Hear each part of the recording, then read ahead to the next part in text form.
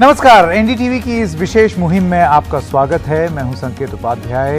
हम लगातार अलग अलग लोगों से जो कि शासन कर रहे हैं, डॉक्टर हैं, जो कि कोरोना की इस दिक्कत को सीधे सीधे झेल रहे हैं, लेकिन समाधान भी उन्हीं के पास हैं, उनसे सवाल पूछ रहे हैं कि आज की स्थिति में जब कोरोना के मामले लगातार बढ़ते चले जा रहे हैं और अभी कुछ अंदाजा नहीं है हमको कि ये कहां जाकर के रुकेंगे और कब कम होंगे, तो क्या किया जाए, इसका हल क्या है।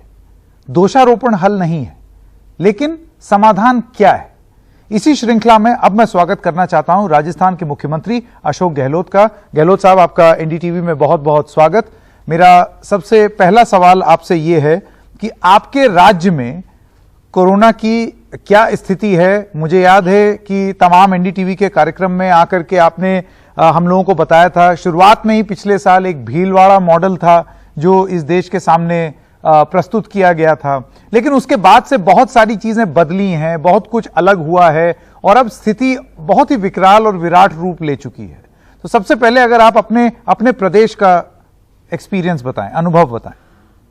देखिए, आपको मालूम है कि कोरोना मैनेजमेंट में राजस्थान की नाम चर्चा में रहा देश भर के अंदर। अगर टीका भीलवाड़ा मॉडल का भी बहुत प्रचार हुआ देश में भी, विदेश के अंदर भी। इस बार जो कोरोना है वो एक अलग तरह का मिजाज रखता अपना, बहुत ही तेज, तो फास्ट, तो वो संक्रमित कर रहा लोगों को, परिवार के परिवार आ रहे हैं उसके अंदर, साथ में बच्चों में और युवाओं के अंदर ज्यादा वो पेनिट्रेट कर रहा है। नंबर 3, जो मृत्यु दर है वो बढ़ रही है। तो और 15 दिन के अंदर 1 अप्रैल के बाद में अचानक ये जो फ्लड आया है वो सबको हैरान में डाल दिया, डॉक्टरों को, सबको। इस रूप में राजस्थान में भी ये फैला हुआ उसका, और इसीलिए आज हमारे यहाँ उसके बाद भी मृत्यु दर तो हमारे यहाँ 0.77% ही है, पर एक्टिव केसेज जो है वो 60,000 हो गए हैं। ये हमारे लिए बहुत चिंता का विषय। पूरे मार्च के अंदर एक्टिव केसेज 7,000 के लगभग थे, 7,000 बढ़ के 60,000 होना चिंता का विषय बना हुआ है। और मृत्यु जो है पहले पूरे मार्च में 31 लोगों की हुई थी, अब तो प्रतिदिन 31, 32, 35 तक आ रही है, आज तो 40 आ गई है। तो लगातार बढ़ते जा रहा है और उसको लेके हम लोग सब चिंतित भी हैं। और हमेशा सुबह शाम हमारी मीटिंग चलती रहती है, बात करते हैं, डॉक्टर की एक्सपर्ट की टीम बना रखी है हमने, वो टीम आती रहती है, तमाम लोग एमएलए एमपी से बात करने का प्रयास करते हैं। आज मंत्रिमंडल की बैठक हम लोगों ने करी है और राजस्थान में ओपन वीसी करते हैं पब्लिक के लिए भी जोड़ करके। आज करीब 8-9 लाख लोग जुड़े, अभी मैंने वीसी करके आई हूं मैं। तो इस प्रकार से हम लोग पब्लिक को रखते कॉन्फिडेंस के अंदर कि हम लोग आपस में क्या बातचीत कर रहे हैं, क्या रिव्यू कर रहे हैं, डॉक्टर्स भी, ब्यूरोक्रेट भी, हम सब क्या रिव्यू कर रहे हैं, वो पब्लिक भी सुन सकती है। हमें लगा कि 5 लाख, 8 लाख, 9 लाख जुड़ते रहते हैं, जिससे कि उनका कॉन्फिडेंस बना रहे कि सरकार की सोच क्या है, तैयारी क्या है और आगे क्या फैसला करने वाली है। उनके सुझाव भी आते रहते हैं, उनके कमेंट्स आते रहते हैं। तो मैं समझता हूँ कि हमने अच्छी व्यवस्था करेगी फिर भी यहाँ पर। जी गहलोत साहब, मैं आपसे एक सवाल अब ये पूछना चाह रहा था कि कहां कहां कमी आ रही है। हमने देखा है कि अलग अलग राज्यों से जो रिपोर्ट्स और जो तस्वीरें हैं, जैसे कि उत्तर प्रदेश की तस्वीरें हमने देखी हैं, मध्य प्रदेश में, कि वहां जो शमशान घाट हैं वो इतनी भयावह स्थिति है कि आप देख नहीं सकते। जाहिर सी बात है कि जो मेडिकल इंफ्रास्ट्रक्चर है उस पर भयंकर भार पड़ा है, लोड पड़ा है। राजस्थान के संदर्भ में आपका क्या अनुभव रहा है, रेमडेसिविर, ऑक्सीजन, इन सब चीजों को लेकर के? देखिए, फॉर्चुनेटली राजस्थान सबसे बेटर है राज्यों में, जो आसपास के राज्य हैं, चाहे वो दिल्ली, पंजाब, हरियाणा हो, चाहे वो मध्य प्रदेश, गुजरात हो या यूपी हो। आपने ठीक है, जो तस्वीर आई है वो बहुत भयावह थी। किस प्रकार बॉडीज को डिस्पोज ऑफ किए जा रहे थे, संस्कार हो रहे थे, किस प्रकार से लाइनें लगी हुई है अस्पताल के बाहर, एम्बुलेंसेज की, 3 व्हीलर में इलाज चल रहे हैं, एम्बुलेंस में इलाज चल रहे हैं। वो स्थिति हमारे यहाँ नहीं बनी है, परंतु इसमें कोई दोहराई नहीं कि जो ऑक्सीजन की सप्लाई है वो जरूर डिस्टर्ब हो रही है सब जगह पर। आज ही हमने दिल्ली में होम सेक्रेटरी से, हेल्थ सेक्रेटरी से बातचीत करी, हमारे चीफ सेक्रेटरी ने, हेल्थ मिनिस्टर ने, क्योंकि हमारे यहाँ खुद का प्लांट था उसको भी उन्होंने इस प्रकार से ये आदेश निकाल दिए कि वो सारे कंट्रोल भारत सरकार करेगी ऑक्सीजन का पूरे देश के अंदर, रेगुलेट वो करेगी। हमने भी कल उनके साथ दिया, हमने ऑर्डर एक निकाला, उसको वापस विड्रॉ किया, इसलिए ये राष्ट्रव्यापी कोरोना की एक प्रकार से विस्फोट है, पूरे देश को मिलकर लड़ना पड़ेगा, राज्यों को केंद्र को सहयोग करना पड़ेगा आपस के अंदर। इसलिए हमने कहा ऑर्डर विड्रॉ करो, जैसा भारत सरकार का वैसा करो। तो साथ में जो आज आंकड़े आए थे कि किस प्रकार से गुजरात को या मध्य प्रदेश को या यूपी को दिया जा रहा ऑक्सीजन, किस प्रकार हमारे यहाँ पर उन्होंने कहा इनकी कोई मांग ही नहीं है, तब हमारे चीफ सेक्रेटरी ने, सबने जो कैबिनेट की मीटिंग चल रही थी, उस मीटिंग में जो लोगों को गुस्सा था कैबिनेट मंत्रियों का, उन सबको हमने कन्वे किया, भारत सरकार के होम मिनिस्टर को, होम सेक्रेटरी को भी चीफ सेक्रेटरी ने मैसेज दिए, और फॉर्चुनेटली उसके बाद में जामनगर से अलॉटमेंट हमें हुआ, ऑक्सीजन का हुआ है। वहां पर ट्रांसपोर्टेशन की प्रॉब्लम आ रही है, उसके लिए हम लोग अपने व्यक्तिगत हिस्से पे लगे हुए हैं, किस प्रकार से ट्रांसपोर्ट हो, ऑक्सीजन वहां से आए राजस्थान के अंदर। इस प्रकार से हम लोगों ने तैयारी करी है, और इसमें कोई दौरान दवाइयों की कमी एक साथ में हो गई, सब जगह ऑक्सीजन की कमी हो गई देश के अंदर। पिछले साल भर में जो तकलीफ नहीं हुई थी, चिंता नहीं थी, कॉन्फिडेंस था, वो कॉन्फिडेंस पर हिल गया है। मैंने प्रधानमंत्री जी को रिक्वेस्ट करी है कि प्लीज आप ये सब छोटी रैली वेली आपकी जो हो रही है बहुत हो गया, अब तो आप ध्यान दीजिए पूरी कोरोना का ध्यान दीजिए, नंबर 1। नंबर 2, कल मैंने ट्वीट किया वापस उनके टैग करते हुए उनको कि पहले की तरह आप मुख्यमंत्रियों से बातचीत करना प्रारंभ कीजिए, जिससे कि पूरा केंद्र का राज्यों का मिलकर के स्कीम बन सके, हम सब कॉम्प्लीमेंट सप्लीमेंट कर सके, आपको फीडबैक मिल सके, उनके आधार पर आप फैसला कर सके। ये मेरा सोच। गहलोत साहब, आपने एक बड़ी जरूरी बात बोली। अभी इस वक्त में बहुत जरूरत है कि राज्य और केंद्र में ऐसा समन्वय हो जिससे कोई समाधान निकल सके। अगर समन्वय ही नहीं होगा तो समाधान निकलना बहुत मुश्किल है, और अगर निकल भी आएगा तो उस पर अमल नहीं हो सकता।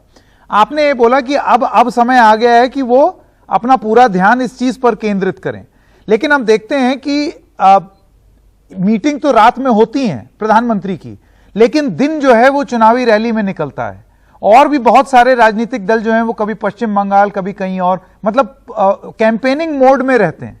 आपको लगता है कि ये स्थिति खत्म होनी चाहिए सबसे पहले? देखिए, बिल्कुल ठीक कहा आपने। कल मैंने कहा प्रधानमंत्री जी को सब रैलियां खत्म करनी चाहिए, अपनी पॉलिटिकली एक्टिविटी। पूरी तरह कोरोना बहुत भयंकर स्थिति में आ चुका है। जब महाराष्ट्र का हमारे सामने उदाहरण है कि क्या महाराष्ट्र कहां पहुंच गया है, और जिस प्रकार से बरखा दल का मैंने एक आर्टिकल पढ़ा हिंदुस्तान टाइम्स में, जिससे पिछली साल पूरे देश में घूमी थी वो अकेली, इस बार उसने जो आर्टिकल लिखा वो बड़ा आगे खोलने वाला है। तो प्रधानमंत्री जी को मैं फिर रिक्वेस्ट करना चाहूंगा कि आप देखिए, 11 महीने हमने साथ में काम किया, 12 महीने, ये 13वां महीना है कोरोना का, लगभग सबने मिलकर काम किया। कोई आरोप प्रत्यारोप ऐसे विशेष नहीं लगे, और कुछ आरोप लगने थे वो लगे क्योंकि वास्तव में कुछ गलतियां हुई है केंद्र से, इसमें कोई दो राय नहीं। राहुल गांधी जी ने बार बार 12 फरवरी को कह दिया था 2020 के अंदर भाई कि देखो हालात बिगड़ सकते हैं, तो विपक्ष की राय सुनी जानी चाहिए, वो सुनी नहीं गई, वो अलग बात है। पर फिर भी राज्यों ने, केंद्र ने मिलकर आपस में जितनी भी कॉन्फ्रेंस हुई हो आपस में बातचीत करी। मुझे सबसे बड़ी शिकायत किसी से है, वो स्वास्थ्य मंत्री से है। मैं उनको बहुत भला आदमी मानता था, और मुझे उम्मीद नहीं थी कि वो झूठ बोल सकते हैं। पर जिस प्रकार उन्होंने लंबे अभी 20-25 दिन से जो वैक्सीन की सप्लाई कर नहीं रहे राज्यों को, वो 8-10 राज्य चिल्ला रहे थे। उड़ीसा जैसे राज्य का मैंने पढ़ा अखबार के अंदर 700वां केंद्र बंद हो गए वैक्सीन की कमी से। पंजाब हो चाहे कोई राज्य हो, सब वैक्सीन की कमी से तड़फड़ा रहे हैं। हमने कहा हमारे यहाँ तो हम टॉप पे देश के अंदर हैं वैक्सीन करने के अंदर। महाराष्ट्र और राजस्थान बराबर पे आया हुआ था उस वक्त। महाराष्ट्र में बहुत ज्यादा मरीज थे, यूपी भी करीब करीब आ गया, संख्या बहुत बड़ी है। अब हमारी जनसंख्या देखते हुए हम लोग आज 5,81,000 पर डे करने लग गए थे वैक्सीन, जो कि बहुत बड़ी उपलब्धि मानी जाती थी। केंद्र ने बड़ा अप्रिशिएट किया अधिकारियों ने। आप बताइए, वैक्सीन हमें अगर 1.5 दिन की बच्ची हमारे पास में है तो हमारे केंद्र बंद होने लग गए, बंद हो जाएंगे। तो हमने खाली आगाह किया, ये कोई ये शिकायत नहीं होती है क्या? कोई राज्य सरकार इन्फॉर्मेशन नहीं दे सकती है भाई हमारे पास वैक्सीन इतनी बची है? 2 दिन बाद में हमें केंद्र बंद करने पड़ेंगे, ये कोई शिकायत थोड़ी है, कोई हम आरोप नहीं लगा रहे हैं। उसके बाद में वो, क्योंकि हो सकता है गिल्टी कॉन्शियस होंगे, पता नहीं कि क्या बात हुई कि उन्होंने उस वक्त कहने लगे नहीं नहीं हमारे पास पूरी वैक्सीन है, हम सप्लाई कर रहे हैं। राज्य सरकारें मिसमैनेजमेंट कर रही है, राज्य सरकारें उसको जो खराब हो जाती है वैक्सीन, वो 10% तक खराब होने का उन्होंने छूट दे रखी थी। हमारे यहाँ पर 5-6% तक खराब हुई थी, तब भी उन्होंने आरोप सब पे लगाया। तो मैंने कहा आप गलत बोल रहे हो, झूठ मत बोलो इस प्रकार से। और मुझे लगता है कि एक बात और मैं कहना चाहूंगा, मुझे लगता है कि भारत सरकार ने अगर पूरी कोई कोरोना के जंग में पूरी कोई बहुत बड़ी गलती करी है, वो करी है, और उसमें कोई स्वास्थ्य मंत्री अकेला का दोष नहीं होगा, वो तो पूरी भारत सरकार का दोष मानता हूं मैं। कि जिस प्रकार से वैक्सीन का प्रोग्राम चलना चाहिए देश के अंदर, वो नहीं चला। जो मालूम है प्रधानमंत्री जी को 130 करोड़ की आबादी, ज्यादा आबादी का मुल्क है, पूरी दुनिया भुगत रही है सेकेंड वेव को लेके। हमारे साइंटिस्टों को बधाई दे रहे हैं बारंबार कि आपने बहुत कम समय के अंदर, 3-4 साल लगते हैं वैक्सीन बनाने के अंदर, आपने वैक्सीन बनाई हमारे देश के अंदर भी। प्रधानमंत्री खुद रुचि ले रहे थे, हमें लग रहा था कि वैक्सीन आएगी, तो हमने मांग करी थी। जब बिहार के अंदर चुनाव में कहा कि हम फ्री वैक्सीन बांटेंगे, तो मैंने कहा प्रधानमंत्री जी को चाहिए कि वो डिक्लेयर कर दे पूरे देश के लिए, पूरे देशवासियों को फ्री वैक्सीन मिलेगी। चलो फ्री की या तो कॉस्ट की बात छोड़ दीजिए, पर कम से कम अगर वैक्सीन वो सप्लाई कर देते, सबको ओपन कर देते, जो डॉक्टर मनमोहन सिंह ने पत्र लिखा प्राइम मिनिस्टर को, कल कांग्रेस वर्किंग कमेटी में चर्चा उसकी बहुत अच्छी हुई थी।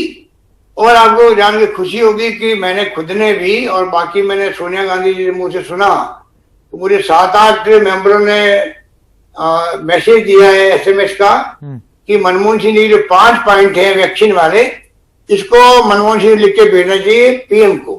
उन्हें भेजा भी, हमारे पास कॉपी भी आई है। हाँ, भेजा। तो वैक्सीन को लेके मैं समझता हूं कि केंद्र सरकार ने ब्लंडर किया है।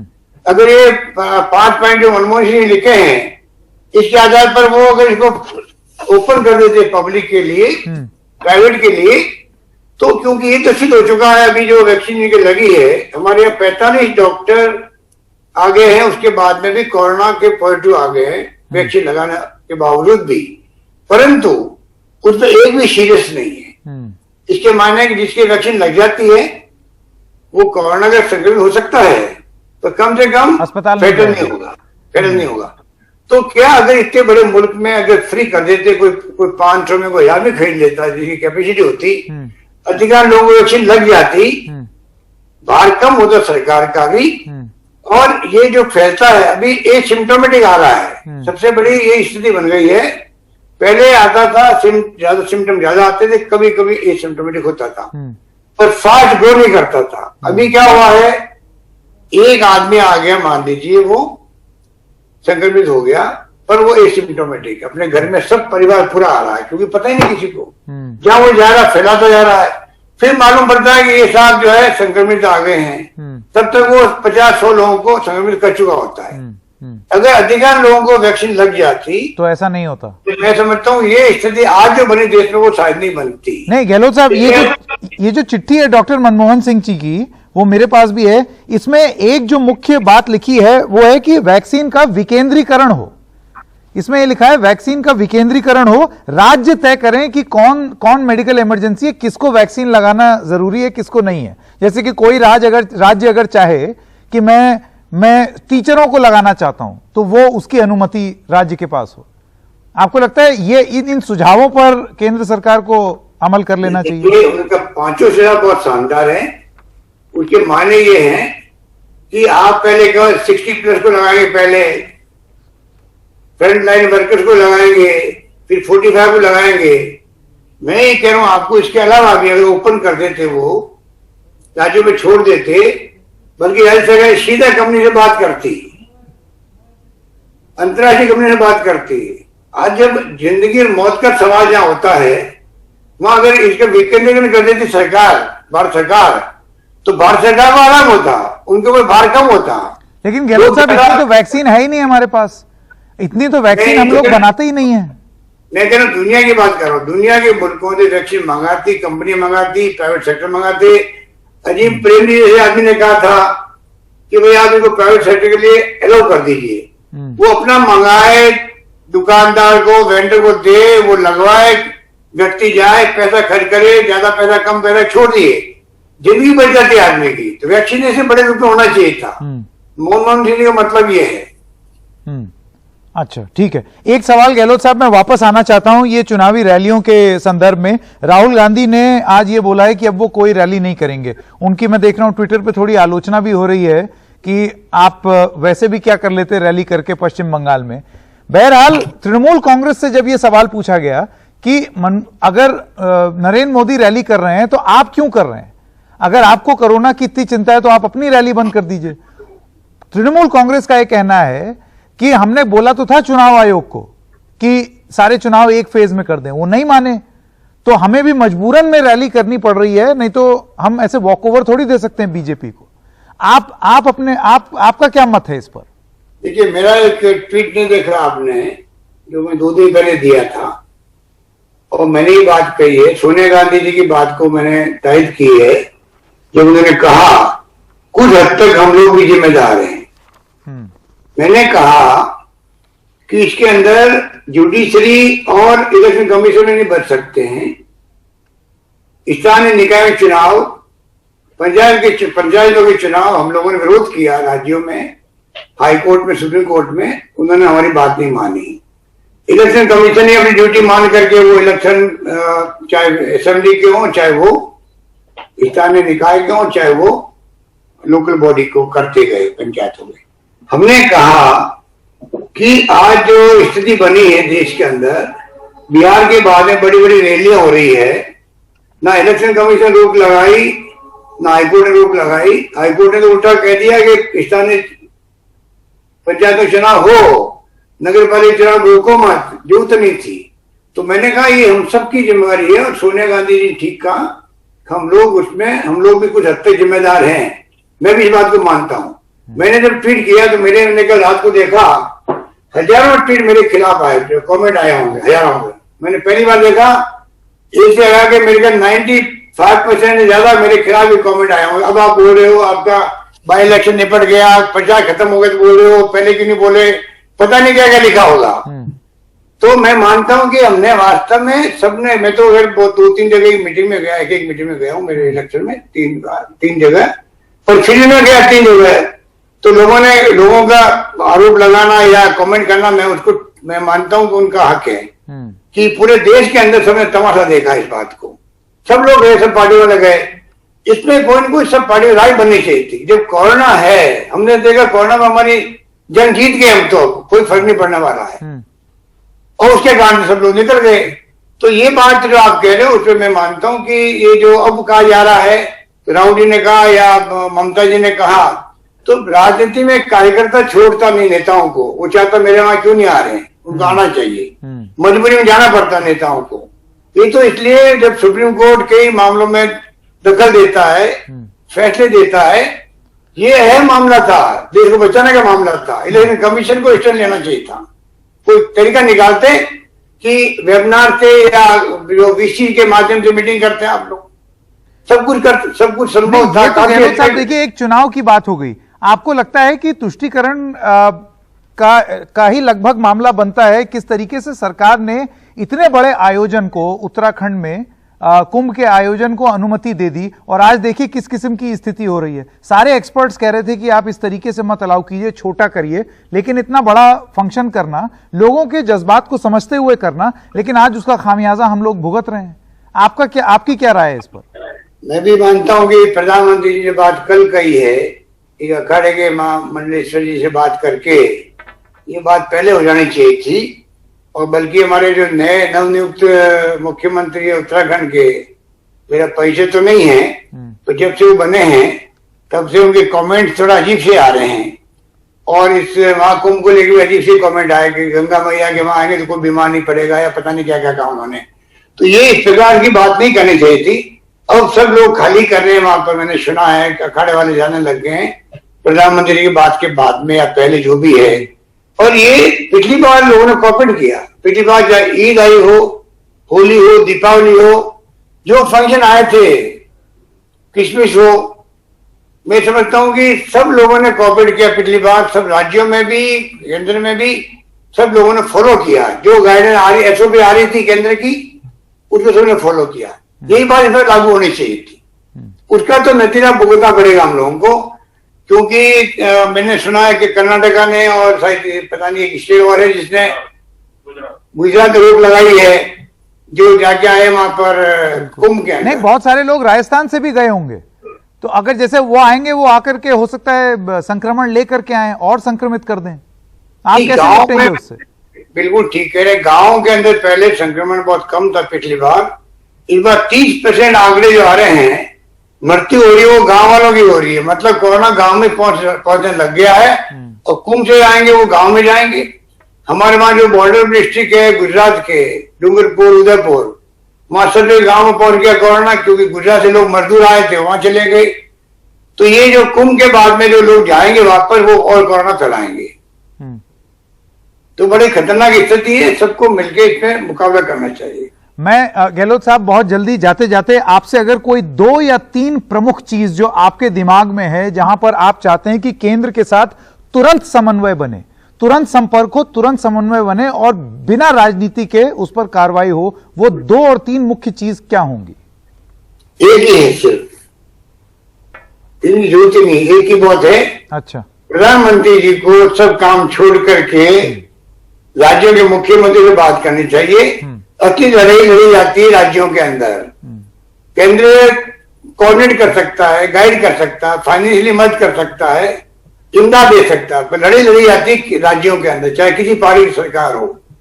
तमाम राज्यों के मुख्यमंत्री से पहले वीसी करते थे, बातचीत करते थे, अभी की थी मैंने 5-7 दिन पहले, परंतु ये हालात नहीं थे उस वक्त में। जो हालात बिगड़े हैं, ऑक्सीजन नहीं है। आप कल्पना कीजिए, लोग सुन के आते तो घायल हो जाते हैं कि क्या होगा हमारे भविष्य का अगर ऑक्सीजन नहीं है देश के अंदर। इंपोर्ट करनी पड़ रही है राज्य को। महाराष्ट्र कह रहा है कि आप एयर लिफ्ट कीजिए ऑक्सीजन हमारे लिए। राज्यों में ऑक्सीजन नहीं मिल रही है, दवाएं कम पड़ रही है। तो आप सोच सकते हो कि लोग क्या महसूस कर रहे होंगे घर बैठे बैठे, हमारे क्या होगा।